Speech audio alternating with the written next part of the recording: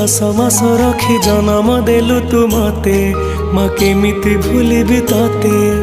पेटर भोक को अंतरे लुचे खुआउथिलु तू मते माँ केमिति भूलिबि तते मो नयन पितुला कहे तू मते करुथिलु केते गेल चाली शिखेई तू संभाळु मो पाद हेले टळमळ मु कांदिले तू तुनी कराऊ मते देखे सरग शशि पण तेलु हकु पोछि मो मुंड को दौसी तू नाहु मा अछि तो स्मृति बिजुली सबद अंधार राति तू नाहु मा अछि तो स्मृति बिजुली सबद अंधार राति लागे छानी।